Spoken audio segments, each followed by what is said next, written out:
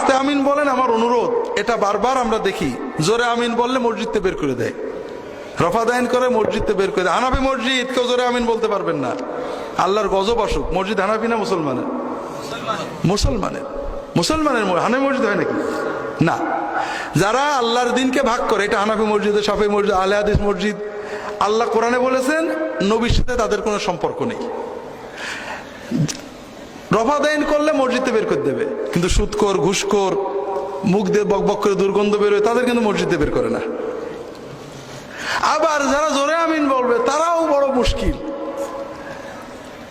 জোরে আমিন বলার জন্য মসজিদ ভাঙবে। মানুষ, মুসলমানদের ঐক্য রক্ষা করা ফরজ, জোরে আমিন বলা ফরজ না। বিশেষ করে যেখানে সবাই আস্তে আমিন বলে, দু একজন জোরে আমিন বললে মুসল্লিদের নামাজ নষ্ট হয়। এই জন্য যদি কেউ জোরে আমিন বলাকে উত্তম মনে করেন, এমন জোরে বলবেন আমিন, হয়ে গেল, সুন্নত আদায় হয়ে গেল।